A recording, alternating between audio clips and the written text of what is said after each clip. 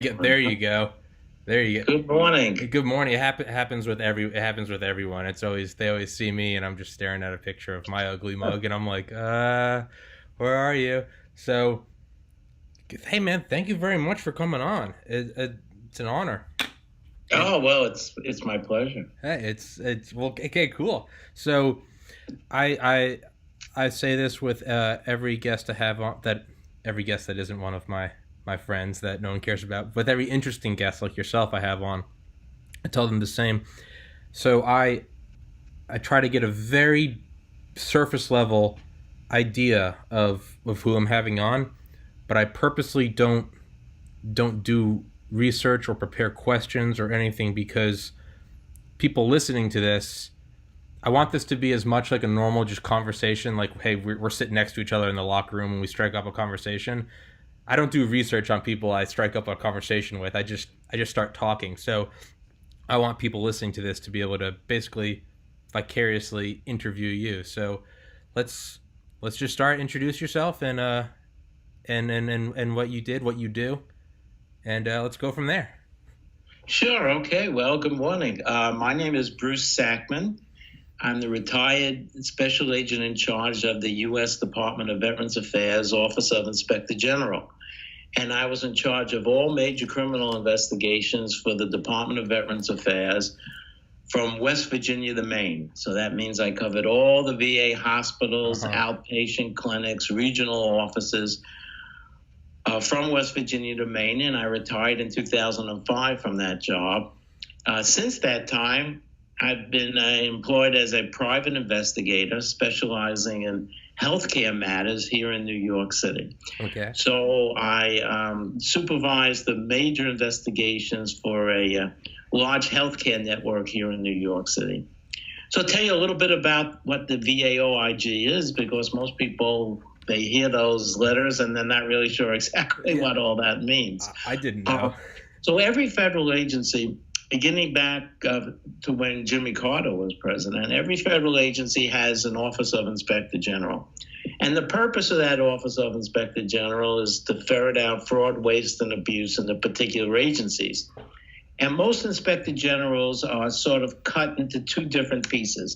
They have an office of audit, which the audits, as the name implies, and an office of investigations.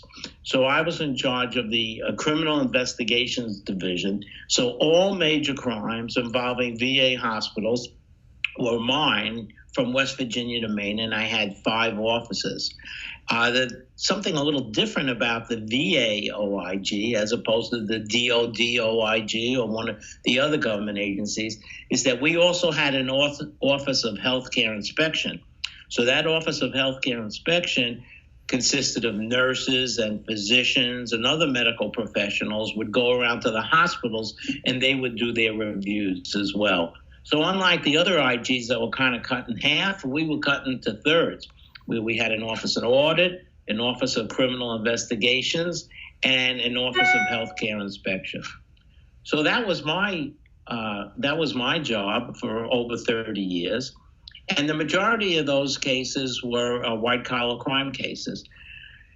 They were thefts, they were bribery, they were contract fraud. I mean, you can imagine hospitals procure everything you could think of, Hmm. from diapers to the most complex medical equipment there is. Yes.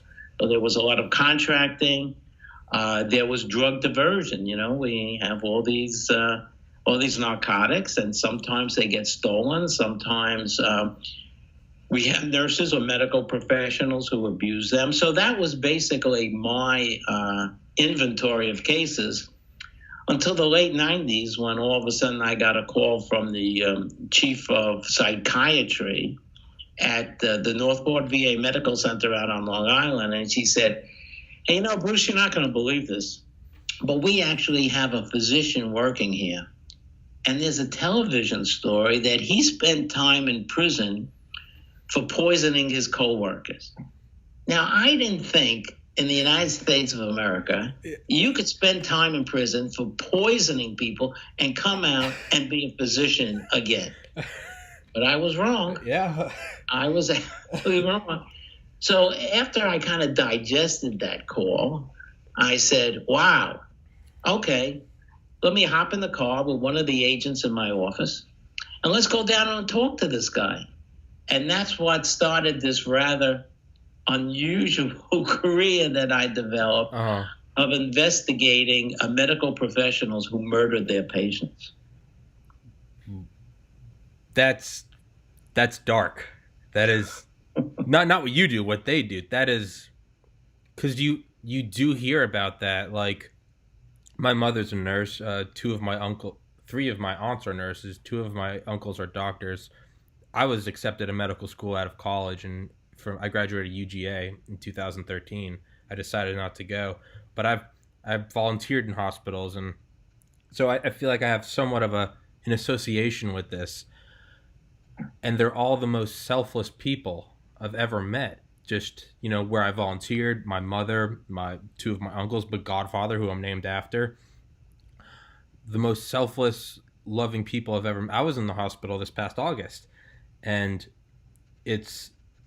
you go there, no, you're never in a good spot if you're going there. You don't want to be there. And these people are absolute angels and saints. Oh, absolutely. Absolutely. You're absolutely right.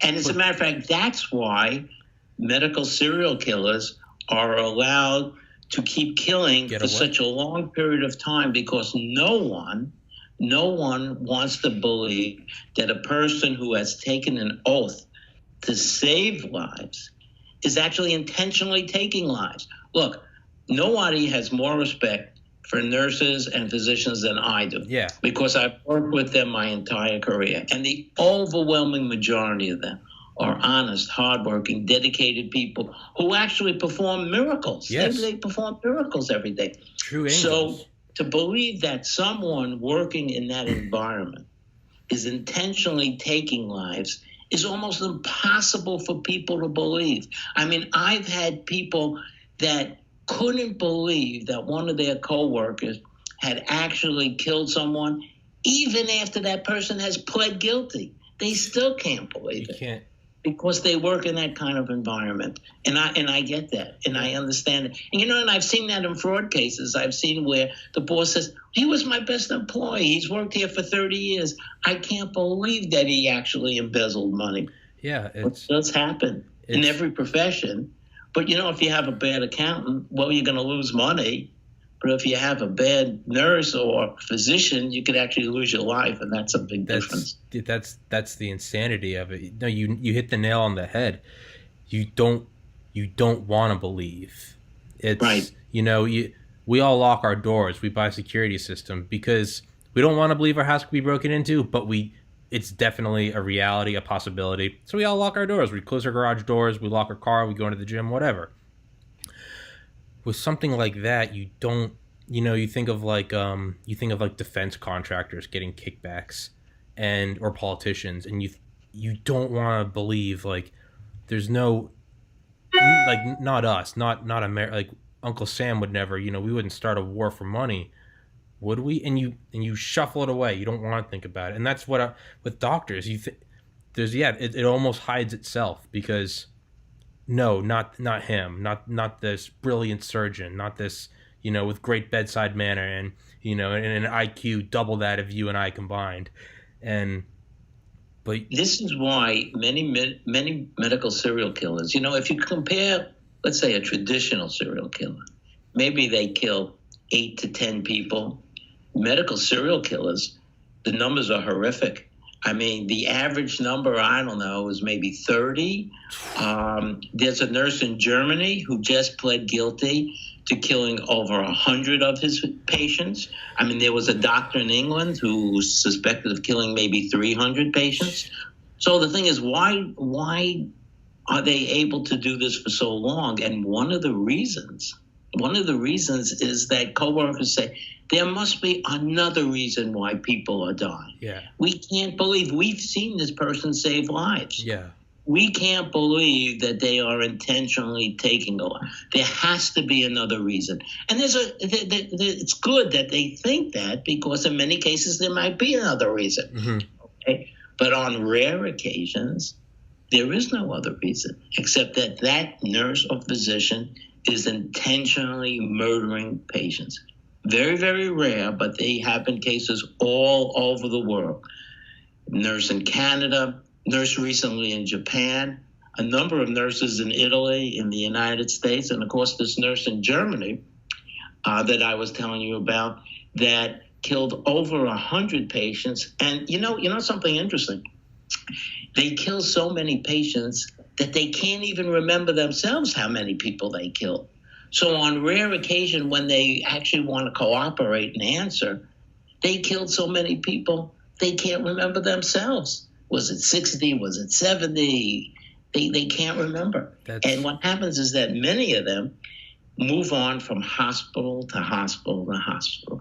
So when the first hospital suspects something, they're happy that this nurse, the doctor, just moved on to the other hospital. And when they move on to the second hospital, they never say anything to that second hospital. Yeah. Well, we suspected him. We thought something was there, but we couldn't prove it. They will never say that. Yeah. So the person starts fresh. Yeah. And that's why, like this nurse in Germany who traveled from hospital to hospital to hospital, was able to kill so many people because the first hospital never said anything to the second hospital. Famous case in New Jersey, a nurse Cullen. Nurse Cullen worked in a number of hospitals from Pennsylvania to New Jersey. And when the first hospital in Pennsylvania suspected something, did they say anything to the second hospital in New Jersey? No. Who never said anything to the third hospital? Who never said anything to the fourth hospital? It's only historically when they go back do they realize how many victims there have actually been. It's for me, I think I'm curious what the psychology of these people are, because it's such a difficult profession to get into, to be a physician or a nurse. Like you can't walk into it. It's there's a lot of time to put into. In my completely uneducated, inexperienced opinion, I feel like it's almost something that develops after they've been working there, and it's not a hey, I'm going to study throughout college and get into medical school and then go to residency so I can be a killer. I mean, it might be, maybe it is, maybe I'm completely wrong, but it seems like if someone had a lust to kill, they would become a more traditional serial killer, for lack of a better term, not go out on this 10-year arduous study intensive path with all this medical student loan debt just to do it. But maybe there are people that evil. What in your experience is the people that pled guilty, did they say that's what they set out to do, or is it something they started doing and they got high off of it, or they got addicted to it, or what is it? What is your experience? Well, I'll give you my experience, and this is not based on any scientific psychological study. Mm-hmm. Although the topic is being studied and is going to be discussed at an upcoming conference. But in my experience, of course, these people have had issues in their past, in their life, some psychological issues, some social behavior issues. But I have to agree with you that, in my opinion, I don't think any of them chose the profession because they wanted to use it as a method to murder people. I think once they started the work and something happened, either in their personal lives or on the job, and the opportunity presented themselves, and they saw how easy it was to do and get away with it, they almost got hooked into it. Mm-hmm. Now, many of these people suffer from something that's known as Munchausen syndrome by proxy. Okay. Now, what that is an example of Munchausen syndrome by proxy is a mother that will intentionally harm a child, bring that child to the emergency room to show the doctors and nurses what a caring parent they are. Oh, look at what happened to my child. Oh, I'm here for him or her. Oh, I want to do anything I can. I rushed him right in here. Please help. You see how caring I am? Mm-hmm. Well, the same thing is with some, not all, but some of our medical serial killers, including the nurse in Germany, and including a case I had involving a nurse called Kristen Gilbert in the VA hospital in Northampton, Massachusetts. She was convicted of murdering 3 patients, but we think she killed more, like 30 patients. And she was and the same thing with the nurse in Germany, they were both what we refer to as code junkies. They craved the excitement of a code. Now, you know what a code is somebody goes into cardiac arrest, and the crash cards come running in, and it's a very exciting experience. And like Kristen Gilbert would do, she would take charge. She would bark orders to the young interns that were scared out of their mind, that had never done anything like this. In fact, the doctors would say, if I ever coded, I would want Kristen Gilbert to be there. She takes charge. She's a real hero. She knows exactly what she's doing. But of course, she caused the code to bring attention to herself. So almost like the firemen. Hi, I lost you there for a second. Yeah, it shut down. So you're saying almost like the firemen, and it stopped right there. It's almost like the firemen who will burn down the firehouse and then come rushing in to show his coworkers what a great fireman he is, what a great hero he is. Yeah. So we've had a number of medical professionals around the world who fall into that category, fall into the category of Munchausen syndrome by proxy, intentionally harming someone and then putting on the display of how competent they are as a caregiver, as a nurse in a code situation. Yeah. That's not all of them, though. Yeah. Certainly not all of them. But in my experience, that has been a very common reason. Yeah. Now, there's a conference coming up. There's a conference coming up on March 20th, 2020, at the John Jay College of Criminal Justice, and this is the first ever international conference on medical serial murders. And we have people from all over the world, including Germany and Italy and all through the United States, who have been involved in the investigation and prosecution of medical serial murders. The first conference ever anywhere in the world on this. And it's pretty exciting. In fact, the keynote speaker is the senior federal judge who actually presided over the trial of Nurse Kristen Gilbert, the one I was referring to with the Munchausen syndrome by proxy. Yeah. Very interesting case because it was a death penalty case in a state, Massachusetts, that doesn't have the death penalty. Mm-hmm. So how did that come about? Well, that came about because the murder had occurred on federal property, on a VA hospital. Okay. So although it was in the state of Massachusetts, that property is actually the exclusive federal jurisdiction of the United States. It's like a military base. Okay. So the federal government has a death penalty for murder. So it was actually a death penalty case in a state that doesn't have the death penalty. And that's where the jury came from. Okay. Well, she didn't get the death penalty, and we were kind of happy about that because she is a mother and she has 2 children, and we weren't seeking really the death penalty, although we had no choice. We had to argue for it. Yeah. Okay. But she had that Munchausen syndrome by proxy, and even after the trial, there were some people in the hospital who refused to believe it was true. Because they saw her save lives. Yeah. They saw her at the code save lives. Yeah. So they thought there must be some other explanation for it, which I understand, but in reality there was none. She actually had murdered her patients. Yeah. I mean, I always want, this isn't a normal thought, but I always think man, what if one day I found out a cousin of mine was a serial killer or a serial rapist or something. I always think I'd almost not want to believe it because it's no, they're such a good person. In your mind, you're someone that does that is they're dark and they're evil and they're hunched over and they abuse animals. You conjure up this almost comic book villain, but if it's just smile and doctor, it's that's how they get away. You're absolutely right. My vision of a serial killer had always been like a Charles Manson type. Mm-hmm. A crazy-looking guy with a swastika on his forehead. Carved into his head with a knife. Yeah. That's what I thought a serial killer is. And then I meet Kristen Gilbert, who's a typical soccer mom. Oh, hi, Bruce. Yeah, I'll talk to you. I'll come back after I take my kids to soccer. Or Dr. Michael Swango, who was a handsome young doctor who looked like a movie star. Yeah.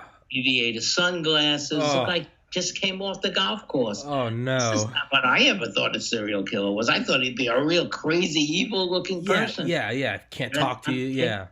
Not the case. It almost makes you think of like Wall Street psychopaths, you know? I guess more, I'd say in the last decade or so, it's become less of an unbelievable thing. You almost now expect it, like a Wolf of Wall Street type character. Right. You know, the fake tan, the $1 million cufflinks, the Bugatti being towed by a Lamborghini, with 4 20-year-old wives whose, cumulative age isn't the same as his. But you almost but at the same time, they can get away with it so long because it's just, you think a psychopath, you think of, a Charles Manson, you think of someone in a straitjacket in a room that's not allowed to, bite they have something in their mouth so they don't bite their tongue. You think of something like that. You don't think of this Ivy League grad guy, with the top floor office running a Fortune 500 company, but that's often what they are. And it makes sense. That's what they are. And because many of these people are either sociopaths or psychopaths, you could have a conversation with them and you would never, in your wildest imagination, think that they were involved in something like this. When I interviewed Michael Swango, the doctor out on Long Island, I mean, like I say, he looked like he just came off the golf course. Yeah. He was a handsome ex-Marine doctor, cool as a cucumber. Yeah. I mean, just the furthest thing that you would, until you spend some time with them, and then you see something is a little bit off. Something really, the cylinders is not firing. Something is just a little bit off. The more time you spend with them, but at first they could be very charming and easily fool anyone. Well, it'd be like if I found out you were a serial killer. You found out I was. You're a smooth talking guy. You see you're smiling. Hey Tom, how's it going? Thanks for having me on. And here I am. I'm just I got my American flag. I'm a smiling, not as handsome as you, but I'm sitting here just talking to you, and you would never suspect anything. Now you said you started to notice something was off. Can you go into that? Of course, I went there armed with the story that he had spent time in jail. So. It's not, Okay. In fairness, it wasn't like a neutral playing field because I had that report. But, he gave me the same story he gave everybody. He says, "Oh, that story's a big mistake." Yeah. You see, I was, ex-Marine, tough guy, got in a barroom brawl. Yeah. So I actually spent time in jail because I had beat someone up in a bar. But you know what happened? The governor of the state actually restored my civil rights. And I have this piece of paper from the governor that shows that he restored my civil rights. Yeah. And that's how he was able to fool people and get back into the medical profession. Now, this is pre-internet. So it was a little bit harder back then to confirm a lot of the details. That it's easier now, But in order to get this job at the VA in Northport, it was actually through Stony Brook University that had a teaching arrangement with the VA hospital in Northport. And you'll never guess what field he was doing a residency in.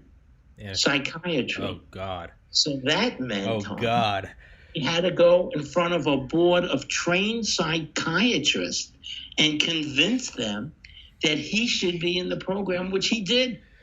So if he could fool if he can get by them, oh, God. Think he could fool me? Of course.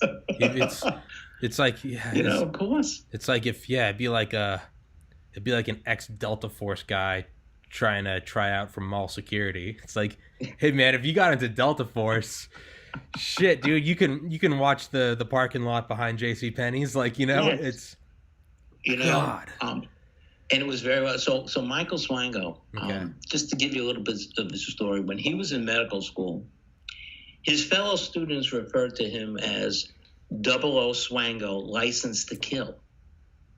Because it seemed like every time he would visit patients, they would die unexpectedly. Oh, God. As a medical student. Oh, God. And they actually contacted the dean and they said, Dean, we don't think this guy should be a doctor. And the dean, and this is Southern Illinois University Medical School, the dean said, what do you know? You're only students. I'm the dean. No, I think he just needs a little bit more training, but he could become a doctor. And he became a doctor. And then he went to Ohio State University to do an internship. And there was a young girl there, a young student. Her name was Cynthia McGee. She got involved in a car accident with another student, and she was improving until she gets a visit from Dr. Michael Swango. Then she dies unexpectedly. So guess what happened? The student that hit her with the car, he got charged with vehicular homicide. He didn't kill her. Swango killed her. Oh, my God. Yeah, so he actually gets charged with vehicular homicide. Well, then all of a sudden at Ohio State University, they start realizing that, every time this guy Swango visits people, they don't seem to survive. So they conduct an investigation, but they can't prove anything. He leaves. He becomes a paramedic back in Quincy, Illinois, his hometown. And then one day he invites his coworkers in for donuts, which he sprinkled with arsenic. Oh, and they all get very sick. And then he would call them up and he would say, tell me about your symptoms. Tell me what happened to you. Tell me everything. Because he wanted to relive again the excitement of actually poisoning his coworkers. Oh, my Well, God. his coworkers were pretty smart. And they were able to figure out he was one who did it. And the cops did a great job. And he went to jail. And he was sentenced to 5 years for poisoning his coworkers. And then, like I say, he came out and he became a doctor again. No. Unbelievable. I couldn't believe it myself.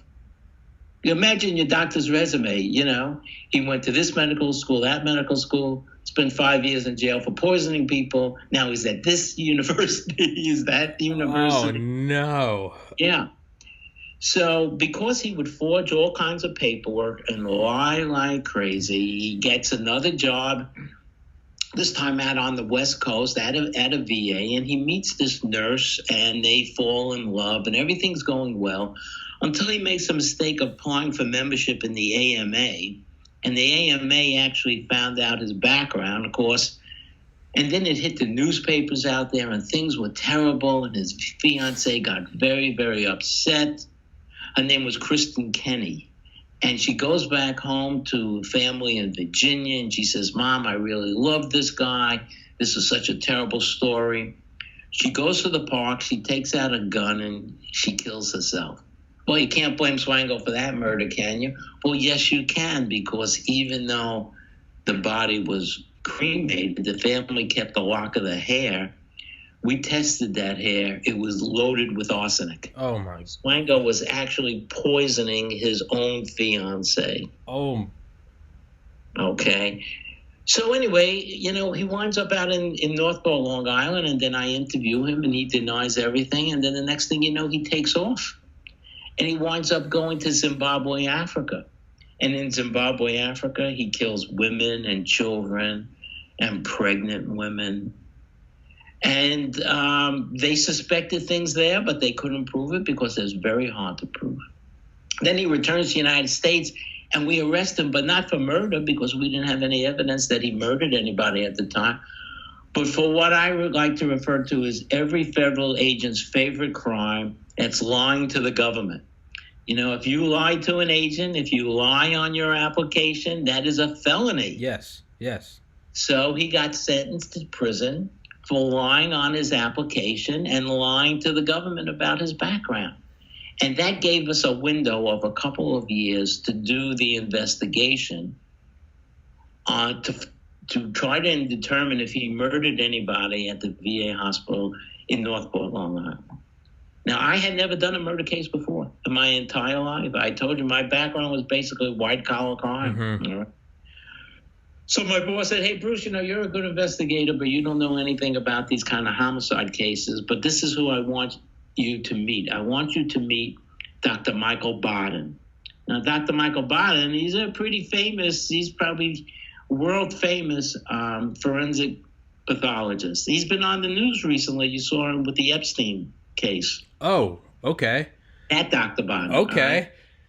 So he was up at the state police in Albany, and I go up there and I lay out the story for him. And he said, Bruce, don't worry. I will teach you how to do these cases. Now, learning to do a homicide investigation from Dr. Michael Baden, well, that's like learning physics from Albert Einstein. I mean, you just couldn't get a better teacher. Free throw lessons from Michael Jordan. What do we do next? And he says, well, the first thing we do, he says, I want you to gather up all the medical records of all the patients who were at the Northport VA at the time that's... You dropped again. Okay. It happens. It happens almost every podcast. At some point, it drops. So I'll continue now with Swango. So you went up and you had one second. I'm gonna make sure the routers. Give me 30 seconds. Do you have your book with you?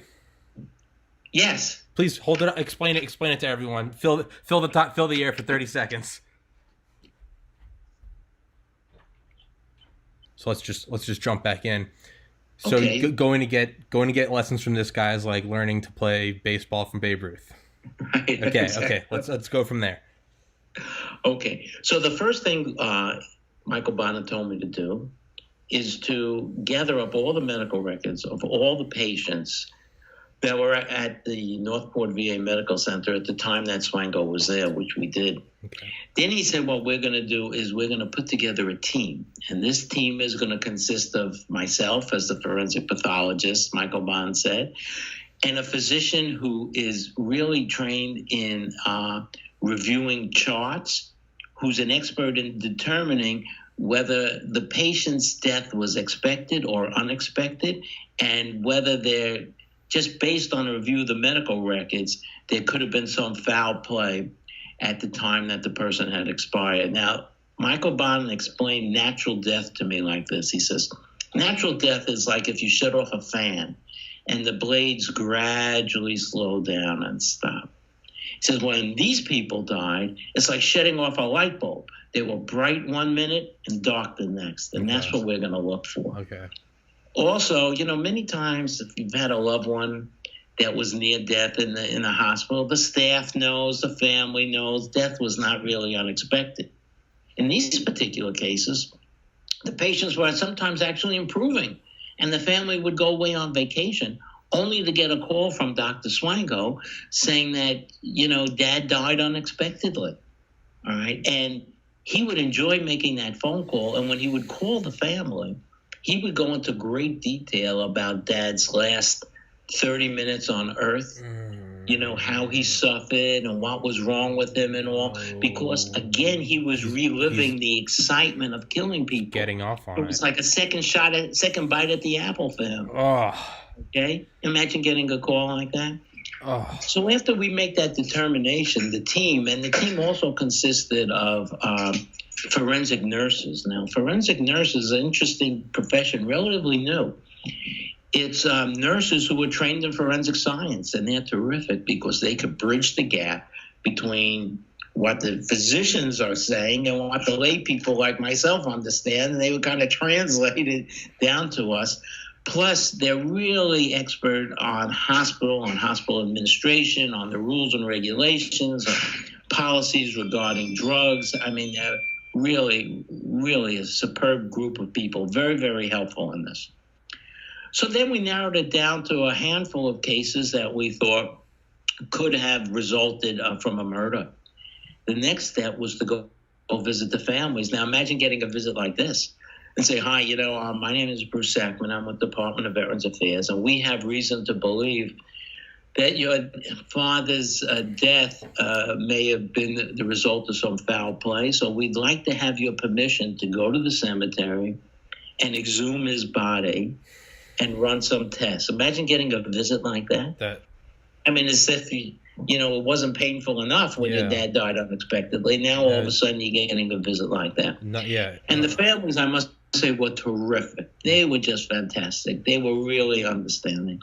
So next thing, for the first time in my life, I find myself in a cemetery with a backhoe. And all of a sudden the backhoe is digging up, the ground where the body is buried. And I looked to this guy in my office and I said, holy cow, boy, we really started something here, didn't we? I mean, I've never done anything like this before. So they dig up and they bring up the coffin. And then Michael Baden jumps into the gravesite and starts taking soil samples. I said, Doc, what are you doing? He says, I'm testing to see if there's arsenic in the soil. Because if we find arsenic in the body, they're going to say, well, there was arsenic in the soil and it just creeped into the body. Okay. Then I find myself at the Suffolk County morgue. That was a cultural experience. I had never been to one before. Why? You know, and Michael Bond was such a tremendous teacher. You know, he does that Y incision and he's looking inside and he says, you see, Bruce, these death certificates, they say that the person died of myocardial infarction or some heart disease. Here's the heart. There's nothing wrong with that heart. They use that as a catch-all when they don't know what the hell's wrong with a person. Okay. They always say it's a heart problem, myocardial infarction or something of that nature. So we narrowed it down and we were able to determine that the deaths were consistent with some sort of poisoning. Okay. Now, the question is what was used, all right? And that's when we turned to a called the National Medical Services in Pennsylvania. And the president at the time, he's since passed, he was a wonderful guy, Dr. Reeders. And Dr. Reeders said, Bruce, don't worry, I have this brand new machine. It's called the High Performance Liquid Chromatography Tandem Mass Spectrometer. Okay. What does it do? English, please. Yeah. Well, hey, Bruce, you know what? You wouldn't understand. You couldn't understand. Maybe you shouldn't understand. But I'm telling you, we could find it. So he runs all these tests, and he makes a determination that succinylcholine, which is a paralytic, which is used if they want to put a tube down you. Yep. And epinephrine, which is adrenaline, were the two drugs he believes that was used. Okay. Now it's time for Swango to get out of jail, you know, for the fraud charge. So he thinks he's just going to hop on a plane and go back to wherever and start killing people again. Now, not so fast, Michael. Not so fast. So, you know, then we indict him and we charge him with these multiple murders. And then we said to him, look, Dr. Swango, if you go to trial, and even if you win, there's an indictment and an extradition order for you in Zimbabwe. So all we're going to do is put you on the plane and drop you off on the tarmac in Zimbabwe. Yeah. Good luck, buddy. Yeah. Okay? And there he was accused of multiple murders in Zimbabwe. This blonde-haired, blue-eyed American accused of killing pregnant women and children in Africa. Good luck. Yeah, so he pled guilty like really fast. You don't want that. Couldn't wait to plead guilty. You don't want that third world justice. And it's time for sentencing, and he gets sentenced out on Long Island. And in order to plead guilty, you have to articulate exactly what you did. So he gets up and he stands up at attention like an ex-Marine, and he looks in the judge's eyes and he says, "Yes, Your Honor, I used a paralytic." He doesn't mention specifically succinylcholine, but he says, I used a paralytic, and I murdered people. And the family is there listening to this. Could you imagine just sitting there and listening to this thing? Then, of course, the family gets up, and they had an opportunity to talk, and it was very moving, as you can imagine. Mm-hmm. And then the judge sentenced Swango to 3 consecutive life terms without the possibility of parole, and he's in Supermax Federal Penitentiary. But then the judge said something I had never heard before or since. The judge said, you know, in the federal system, there's no such thing as parole. But if the law should change and the government actually institutes parole, your parole is denied in advance.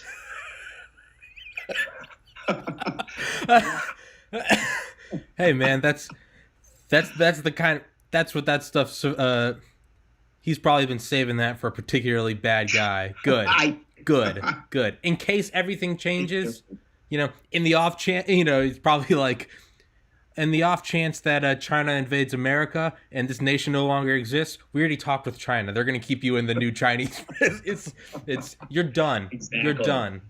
Okay.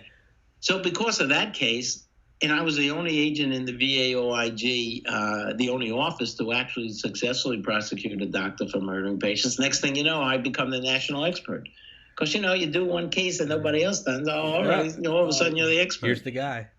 And that's what brought me to Massachusetts for Nurse Gilbert and out to Missouri for a nurse that was accused of killing 60 patients, and then up to Albany for a doctor, Dr. Cornack, Charles Cornack, who had actually altered medical records in order to put people into research programs. And this is the way it works. He was up in Albany, and he was trying to create this huge research center. In order to do pharmaceutical research, you need a certain number of patients, maybe at least 10 patients. And these patients have to have the exact symptoms, the exact disease, and they have to meet what they call the inclusion-exclusion criteria. Okay. In other words, you have to have the right blood work. Yeah, everything has to line up right for you to be in the study. So Cornack says, well, where the hell am I going to find 10 patients up here in Albany that fit all this inclusion-exclusion criteria? I know what we'll do. We'll make them. We'll find one that has it the way it should be, and then we'll alter other patients' medical records to look like they have the right inclusion-exclusion criteria, and then we'll give them these investigational drugs. And he would go to somebody and he would say, Tom, look, we know you have this disease, and, there is a new drug out there, and we'd like you to be part of this experiment because it may save your life. You may be able to go to your grandchild's wedding now and all that. So you say, okay, what the hell? You have no idea that he's actually altering your medical records to give you these drugs so he can make money, so he could be a great researcher. And then if it kills you, well, I guess the drug didn't work. Can you imagine that? That's exactly what happened. This is at the VA hospital in Albany. This is terrifying. It is terrifying. I was in the hospital in August. I had a severe, pretty rare drug interaction. I ended up, we were up at my parents' lake house in New Hampshire, and I don't remember any of it. But long story short, I ended up in Androscoggin Valley Hospital for almost 3 days, intubated, unconscious, because they didn't know if I had meningitis or if apparently I was just going crazy. But I think about that, and they eventually nailed it down. It was some rare medication interaction. My aunt is actually a nurse there, and so she saw to my care. But I'm just listening to you say all this, and I'm like, man, if there was a killer there, I'd be like a golden egg falling in their lap. Here's a guy that's already 29. I just turned 29 like 24 hours prior. 29. They don't know what's going on. They got to take all these blood. You just walk in there and just be like, my lucky day. That's right. And if you had expired, it would not be unreasonable to think that it was a result of one of your natural disease processes that they just couldn't determine what it was. Yeah. As a matter of fact, many of these patients around the world are in the intensive care unit, and they have so many things wrong with them. In fact, when I was looking at the files of some of our veterans, they were this thick. And I said, I didn't know you could be alive and have this many things wrong with you, and now I have to prove murder? These people have so many things wrong with them, any one of which could cause death. All right. So you see how easy it can be for someone who's inclined to commit murders to actually get away with it until they get caught. And unfortunately, the way many of them get caught, not Swango, but most of them around the world get caught, is because it seems like every time Nurse Bruce is on duty, the death rate goes up. Mm-hmm. Nurse Bruce takes a vacation, the death rate goes down. Then they start looking at these patients and say, these patients weren't expected to expire when they did, but look how many people have to actually die before that happens. And then as soon as they expect Nurse Bruce, what happens is that Nurse Bruce moves on to the next hospital. Oh, he's gone. All right, he's gone. Whatever. Whatever. He's not part of our problem. Yeah. This is a worldwide story. All over the world this has happened. And people Google and they research it, and I mentioned a number of them in my book. But this is why we're having that conference at John Jay College on March 20th, because this has happened all over the world. And it's very rare. I can't say enough how honest, dedicated professionals people are. I mean, I work with them. They are so dedicated. They're just the salt of the earth people. So have somebody like that in that group, that enables them to get away with it because nobody wants to believe. Because they're surrounded by nothing but. They're actually doing it. I find it hard to believe myself. It is. Hey, I've been there many times, such wonderful care. My father was in the VA, just wonderful, wonderful treatment he got. But on very rare occasion, these things do happen. It's a special kind of evil. I think of the friends I had in college that went on to medical school and are currently in residency, finishing up residency, and they're the most intelligent, respectful, reliable. Absolutely. Despite college shenanigans, let's go out and take some shots, let's get drunk. Even at, the craziest, there's a certain thing that they all had to just grounded at all times. There's just a certain, whether it's, hey, they didn't charge us for this drink. Hey, excuse me, you didn't charge us for a drink. Like, just through and through, really just doing God's work. And it's a special kind of evil that the few bad eggs know they can hide amongst them. Yesterday I interviewed a guy who operates drones for the United States Air Force, and he talked about you're looking through the camera, and the especially bad guys, they always walk around with a couple kids around them because they hide. Wow. You're right. It's one thing to not want to believe it, but then when they can hide amongst all the other angels and saints and miracle workers, it's a special. I mean, if there's not some biblical analogies in there, like a fallen angel, like Satan or Lucifer, man, but it's a special kind of evil. And so you said this conference is coming up. So this isn't like you became the experts. This isn't like an established field. Would you say that you're kind of writing the book as you go? Like it's absolutely. So absolutely. So this is who we're going to have at the conference. We're going to have, of course, Judge Panzer, who was the judge on the Kristen Gilbert trial. Okay. That trial lasted for 6 months. I mean, she denied everything until the jury found her guilty. All right, so we have Judge Panzer, and then Michael Baden, who I talked about, he's going to be presenting. Then we have a toxicologist who's going to talk about, how hard it is, how difficult it is to make a determination as to what chemical was used to actually take somebody out. In fact, there's a case ongoing right now in West Virginia at the VA that's been in the news about a nurse who has allegedly murdered a number of patients. So that case is ongoing right now. All right. Then we're going to have this police captain from Germany who's coming to talk about the nurse who murdered over 100 patients. All right. And then I'm going to be presenting myself. And then the last speaker is something really kind of different and unique. We have an expert who was hacked into implantable medical devices. And he's going to show us how it is possible to hack into implantable devices like cardiac pacemakers, insulin release, and change the setting and kill somebody. And is this going to be the new medical murder of the 21st century? I don't know. But that's very scary, too. So that's what the conference is at John Jay on March 20th. Fascinating stuff. That's terrifying.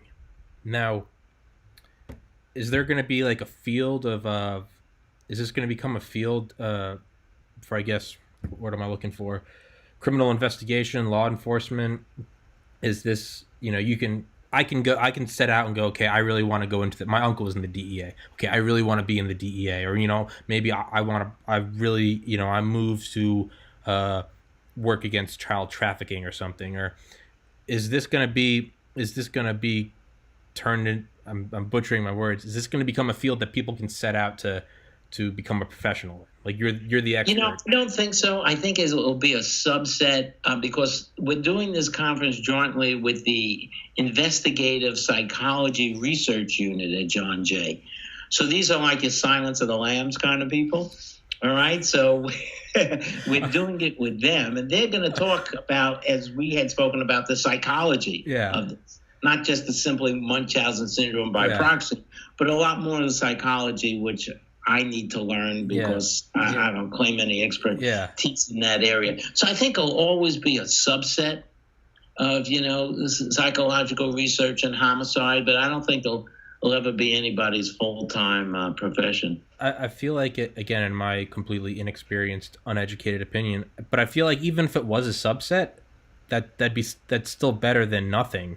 Because like you said, you started doing it, and it's just... So at least people could be aware of it. As rare as it is, at least they'll be aware that this phenomenon exists and it's existed all over the world. And it's ongoing right now as we speak in West Virginia. If you Google the VA West Virginia nurse suspected of killing people, it's an ongoing case. Yeah. Now... And I don't mean to interrupt the flow of the conversation. If you can't tell, I can talk indefinitely. And I often find when I have guests on, I'll be like, I hope I'm not holding them. I can talk forever. I just want to make sure I'm not keeping you. Is there a time? No, I got like another 5-10 minutes or so. Let's do it. Okay, let's do it. Okay. Yeah, I'm very bad about going, and I see him kind of. That's okay. I have a little bit more time. Okay. Yeah. So let me also talk. I have a new book out. Okay. Please. Yeah. Let's go. And this is the new book. The Art of the Investigation. The Art of Investigation. Okay. And this I did jointly with a professor at John Jay College of Criminal Justice. And what it is, it's a collection of stories from investigators all around the world, not about medical serial murders, but about some of the top cases they've had. And it's included in this book. And what's interesting about this book, it was actually designed as a textbook. But the book, what it does, it lists, you might say, the soft skills of what an investigator needs. And then there are stories that act as evidence as to why they need these skills. And some of the skills are like tenacity, self-control, curiosity, patience, energy, initiatives, skepticism. That's the one that I wrote on. Mm-hmm. And my story in the book, Skepticism, is about a pharmacist, the director of pharmacy at a major hospital in New York City, who diverted 200,000 doses of oxycodone. All right? This was the largest known diversion of oxycodone by a pharmacist ever. The case actually made headlines as far away as New Zealand. All right? 200,000 doses he was able to steal without the hospital noticing it, without the Drug Enforcement Administration noticing it, who came around and did all they did. He was very, very clever. Very, very clever. And he did this over a period of a couple of years. And what he would do, just put a little bit in a brown paper bag and take it home every day. Yeah. Okay? So how was he able to escape the audits, and how was he able to escape everything? Well, this hospital actually had two pharmacies. One was the main hospital pharmacy, and one was a research pharmacy. And the main hospital pharmacy, everything was automated. In the small research pharmacy, everything was old school, paper and pen, okay? So he would tell the staff, he would say, staff, there's a new study we're doing on oxycodone in the research pharmacy, and I'm going to be in charge of everything here. I'm going to do the ordering of the drugs. I'm going to be doing the delivering the drugs. I'm going to pay for the drugs. I'm going to handle everything for the research unit. And the staff said, okay, because we don't really interact with the research unit much. Because the research unit knew nothing about it. Mm-hmm. There was no study on oxycodone. Mm-hmm. The whole thing was bogus. Then all of a sudden, the hospital hotline gets an anonymous letter saying, something's going on with oxycodone in the pharmacy. We don't know what it is, but we're ordering a lot of it. Something's not right. Uh-huh. So I go see this guy, and his name is Anthony. And I say, Anthony, we got this hotline. Can you explain this to me? He says, oh, yeah, there's a study. The study's been ongoing. I've been ordering it, et cetera, et cetera. Hey, that's terrific. Thank you very much. Can I see the study? I'd actually kind of like to read it. I'd like to see it if it's okay. No problem, Bruce. Come back in a week. It's in storage. I'll get it for you. Come back. Oh, Bruce, I don't have it yet. It's not ready. I said, look, Anthony, I have to have it. I'm going to get a lot of trouble with my boss. I don't have to study. Come back a week later, and then all of a sudden, of course, there was no study. He had diverted all these drugs.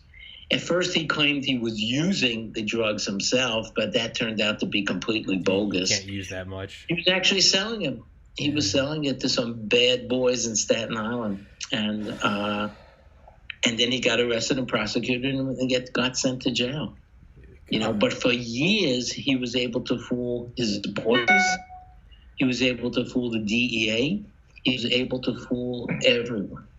God, the good thing is you've got the voice and the mannerisms of a guy. You can instill the fear of God. I'm listening to you. I'm not a medical professional, and I'm starting to get worried. Like, man, I need to stop diverting oxycodone. Anthony, I need the study. I need it. It's just I'm listening. I'm like, oh God, so that's good, man. I'm glad you're out there. I'm glad you've got fangs, man. And so I've got two questions I want to ask. Are you worried about discussing how you've taken on these cases? Are you worried about, or is this just an inevitability, potential future criminals in this, I guess, subset of serial killing reading up on you and learning what mistakes not to make? No, not at all. Okay. Not at all. Look how many books have been written about homicide, about thefts and frauds. There's millions of books out there. We still have plenty of homicides. Yeah. Plenty of thefts. Yeah. So, no, I don't think it's going to be a roadmap for anybody. And you know what? It doesn't get that detailed. There's still a lot of secrets that remain. Yeah, okay. That I don't disclose. So, no, I'm not concerned about it at all. In fact, there have been television shows, about this. There's a television show on Oxygen where they talk about doctors and nurses who murder people every month. Okay. Or every week, I think it's on. So and there are other books. So no. Okay. No. Okay. Second question. So this one's not really based in reality, but I always think of everyone overdosing on fentanyl. All these heroin addicts overdosing on fentanyl. And let's just break it down into cold calculations. That's not a good business model if you're a drug dealer. You don't want to kill your patient, your victims, your clients. Do you think the flooding of fentanyl, or do you think drug dealers perhaps intentionally using fentanyl, do you think that could be of the same psychology? They're getting off on killing these people, or do you think it's a hyper powerful opioid that just got out into the mainstream? We cut out again. All right, okay. So fentanyl, what do you think? I'll tell you something about fentanyl. The hospitals, we watch drugs incredibly close. Even the staff has no idea how close we have. We have automated programs. In the hospitals, they have something called the Pyxis system or the Omnicell system. It's like a giant Pez dispenser for drugs. Mm-hmm. Everything is actually monitored incredibly close. Okay. We watch the pain scores of patients. Let's say a nurse says, I gave Tom, some pain medication. So why is his pain score still a 10? Why isn't it now down to a 2? Okay. We watch everything. That being said, things can still get diverted. Mm-hmm. Things can still get lost.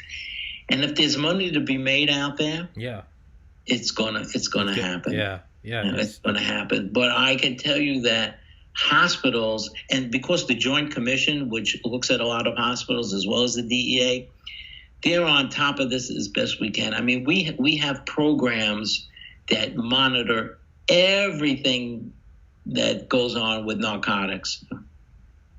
But on occasion, do bad things still happen? Yes, but it's a lot better now than it used to. Also, interestingly enough, there's now what they call the PNP, or it's actually something called I-Stop in New York, and this is the way it works, but it's all over the country with the exception of one state.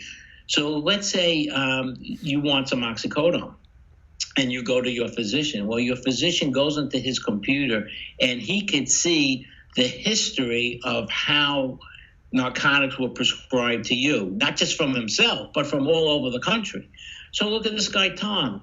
Oh, he just got oxycodone here, or he just got oxycodone there. I'm not going to give him any more oxycodone. This is relatively new. It's wonderful. Also, as a physician, I could go into my own history and say, holy cow, it says here that this guy, Tom, that I prescribed him oxycodone. I never prescribed him oxycodone. Did he steal one of my scripts? Did something happen? So we have all these new automated systems that are really helping a lot. Okay. Not foolproof, though, by any means, but we've made great leaps and bounds in that particular area.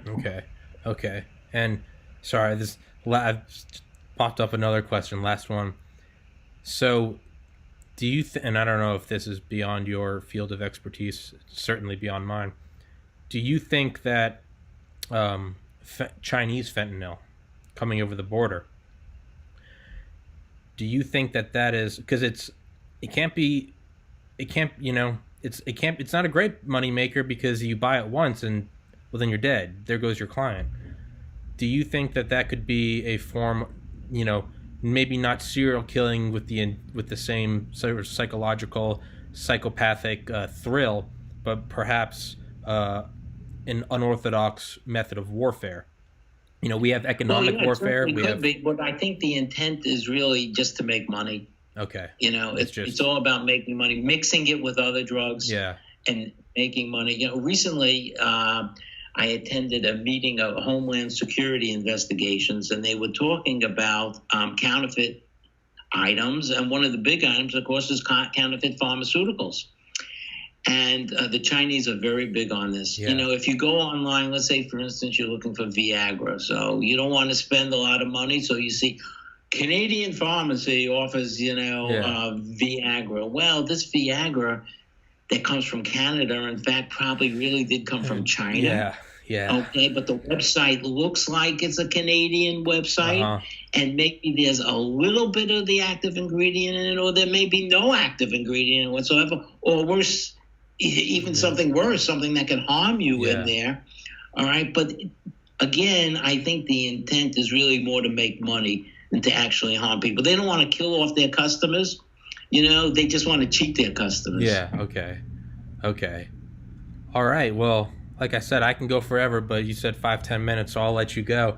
Right. Hey, I would love to have you back on in March after your conference. If that would be great. Yeah, because I'm sure I'm going to learn a lot. Yeah, I know. I was hoping you get some updates and some more juicy stories, as horrifying as they are. Your two books, Art of the Investigation and was it Behind the Murder Curtain? Okay. Are those on Amazon? Are those on? Yeah, Behind the Murder Curtain is on Amazon, and The Art of Investigation, I think, is on Amazon, but it's actually made by CRC Press. And you could go on their website. I think they even have a coupon. Okay. So, because you know how expensive textbooks are. Yeah. So I think they even have a coupon which lowers the price somewhat. In fact, we're having the book launch for it next Thursday at the Mysterious Bookshop in Manhattan. Okay. And well, as someone that never has time to read books, I have Audible, and I listen to. So instead of listening to music, I listened to 90 books in 2019 about everything, just because I can listen to it. You need to narrate your book. You have the perfect voice for it. The story, it goes with it perfect. You should really think about narrating your book, because someone like myself, I don't have time to read. If I saw your book on Audible, I understand. I'd like very much to do that. I just have to convince the publisher. But I'd like to do that. Yeah, well, but I noticed, a lot of people say that they just don't have the time. As a matter of fact, I used to sit like on the train commuting, and I used to see a lot of people reading books, and you don't really see that anymore. Yeah. And so I think the whole book business has changed dramatically, where people want to listen. Yeah. Well, maybe they'll download it Yeah. on their phone or something. Yeah. But It's the whole book world has changed a lot. it's definitely the and I just want to see your book succeed. It's definitely, as someone who just never I've never bought books. They look cool. I just no attention span. With Audible, I download something and I'll listen to it. I've learned so much. I'll listen to a book about Nazi V2 rockets. The next day I'll listen to a book about the history of the sugar trade. It's stuff I would never sit down and take time to do. I will happily listen to while I'm doing Photoshop or work. Or you should, and it's the narrator is very important. Good books can be made terrible by a bad narrator. Good narrators can make a normal book great. You have an awesome story. Your voice would go perfect with it. It would go perfect with it. You need to do it. You don't convince the publisher. Just tell them this is what we're doing. Be like, no questions. This is what I'm doing. Right. And thank you very much. Yeah, Well, I enjoyed it. Hey, and thank you very much for being on. One day, I can't wait to see the movie made about this, because there's gonna be a movie about it.